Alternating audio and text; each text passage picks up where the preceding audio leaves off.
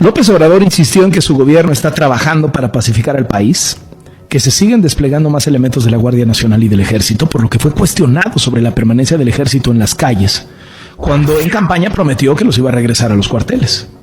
Después de que usted había dicho cuando fue candidato en no utilizar al ejército y pues ahora pues a través de diversos recursos legales trata de legitimar el uso de las Fuerzas Armadas para pues que hagan tareas de seguridad. Primero, yo nunca dije eso. ¿Sí? Usted dijo que regresaría al ejército a los cuarteles. No, yo dije de que había que apoyarlos en las Fuerzas Armadas. Por supuesto que su declaración le valió que en las redes sociales fuera recordado el video cuando prometió regresar a los militares a sus cuarteles. Este es el López Obrador del pasado. Que no es con el ejército como se pueden resolver los problemas de inseguridad y de violencia. Hay que cuidar a esa institución que es el ejército, que no se utilice para suplir las incapacidades de los gobiernos civiles. No podemos nosotros aceptar un gobierno militarista. Los ha lanzado a la calle a una aventura, es toda una estrategia fallida, que regresen los soldados a los cuarteles. Este es un asunto que se tiene que resolver de otra manera. Pues ahí lo tiene, pero dice que no lo dijo. Y tenemos en la línea a Lisa Sánchez. Como ustedes saben, Lisa encabeza México Unido. Muchísimas gracias por estar con nosotros. Lisa, muy buenas tardes.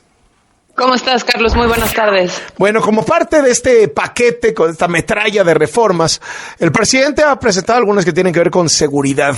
¿Qué te parecen? ¿Qué te parecen? ¿Cómo las ves? ¿Qué intención descubres detrás, Lisa, tú como un especialista en estos temas? Fíjate que nos preocupan muchísimo porque ninguna de las propuestas realizadas en materia de seguridad en realidad tiene la capacidad de resolver los problemas que hoy dicen quieren resolver en las explicaciones de motivos.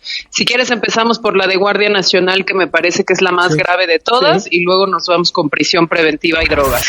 Guardia Nacional lo que nos dice es que lo que va a hacer es formalizar la estructura militar, de entrenamiento militar, de adiestramiento militar que ha querido el presidente desde 2018 y que ni el Congreso ni la Corte le dejaron lograr en su momento. Sin embargo, no solo estamos convirtiendo a la Guardia Nacional formalmente en la cuarta columna armada de la Fuerza Armada Permanente, sino que hay dos cosas que preocupan muchísimo. Uno, cambia el 129 constitucional, algo que no se cambió ni en la Constitución de 1917, y le dice al Ejército, en tiempos de paz vas a poder hacer todo lo que prevea la Constitución y las leyes que de ella emanen. Es decir, ya les quita la restricción de que mientras no haya guerra solo se dediquen a la disciplina militar, y eso es gravísimo porque es materialmente autorizar pues que a nivel constitucional que los militares sigan haciendo absolutamente todo lo que hoy hacen, que incluye operaciones turísticas, actividades económicas, comunicaciones, aduanas, en fin,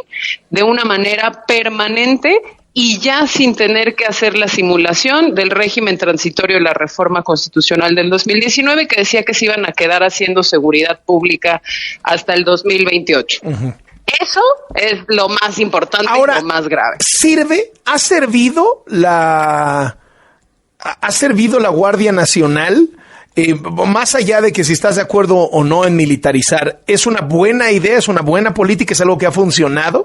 Porque el presidente siempre dice, pregúntenles a los gobernadores, pregúntenles a los alcaldes, y van a ver cómo todos quieren que el ejército vaya a sus lugares a resolverles el problema de seguridad. Y los gobernadores y todos ellos dirán que sí, quieren que los militares vayan, pero ojo, Carlos, porque la Guardia Nacional no ha hecho seguridad pública en todo el tiempo que lleva operando, y esto de acuerdo a las cifras oficiales de este gobierno. El INEGI lo que reporta es que la Guardia Nacional es una patrulla fronteriza, migratoria específicamente, que se dedica a vigilar incidentes carreteros y que las puestas a disposición que hace frente a la autoridad ministerial para que se investiguen potenciales delitos delitos no son de personas, sino son de objetos. Entonces, básicamente, detiene migrantes, detiene objetos, quién sabe qué objetos, y se dedica a vigilar incidentes carreteros, lo cual, pues, no es la esencia de una corporación policial federal que tendría que estar previniendo, investigando y persiguiendo los delitos del orden federal. Quien sí está haciendo seguridad pública en estados y municipios son las Fuerzas Armadas, el Ejército Mexicano, la Fuerza Aérea y la Armada, no a través de la Guardia Nacional, y eso tenía un límite que estaba ligado a la presentación de los planes de desarrollo policial tanto a nivel federal como a nivel estatal y municipal, y eso es lo que termina completamente abandonado ahora que se dice la Guardia va a ser una cuarta Fuerza Armada y además las Fuerzas Armadas, todas las 4, Marina, Ejército, Fuerza Aérea y Guardia Nacional, van a poder hacer no solo seguridad pública de forma permanente, sino todas las demás funciones que les asignemos.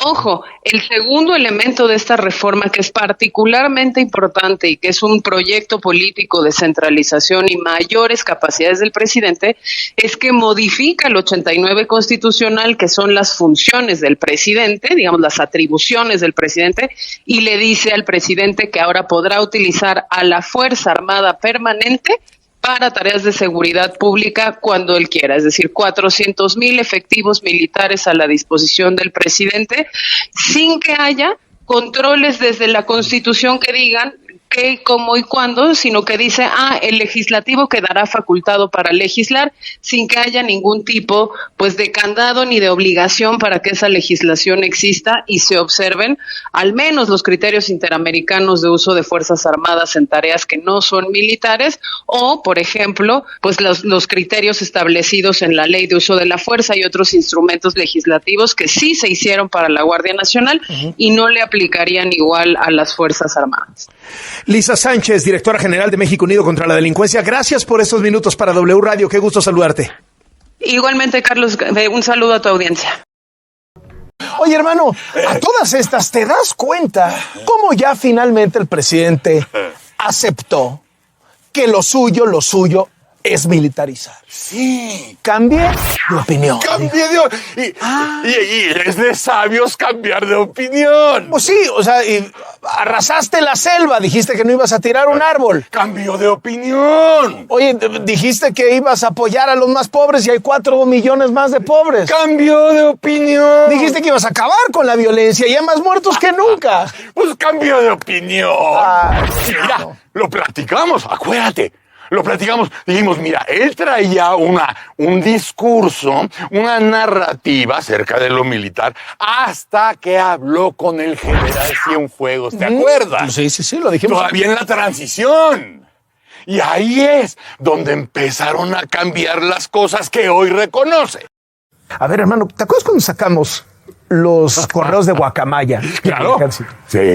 Ahí sí tú seguías la línea de tiempo, después de que el grupo Guacamaya hackeó los servidores del ejército y nosotros en Latino lo revelamos, etcétera. Bueno, ¿qué te mostraban esos correos?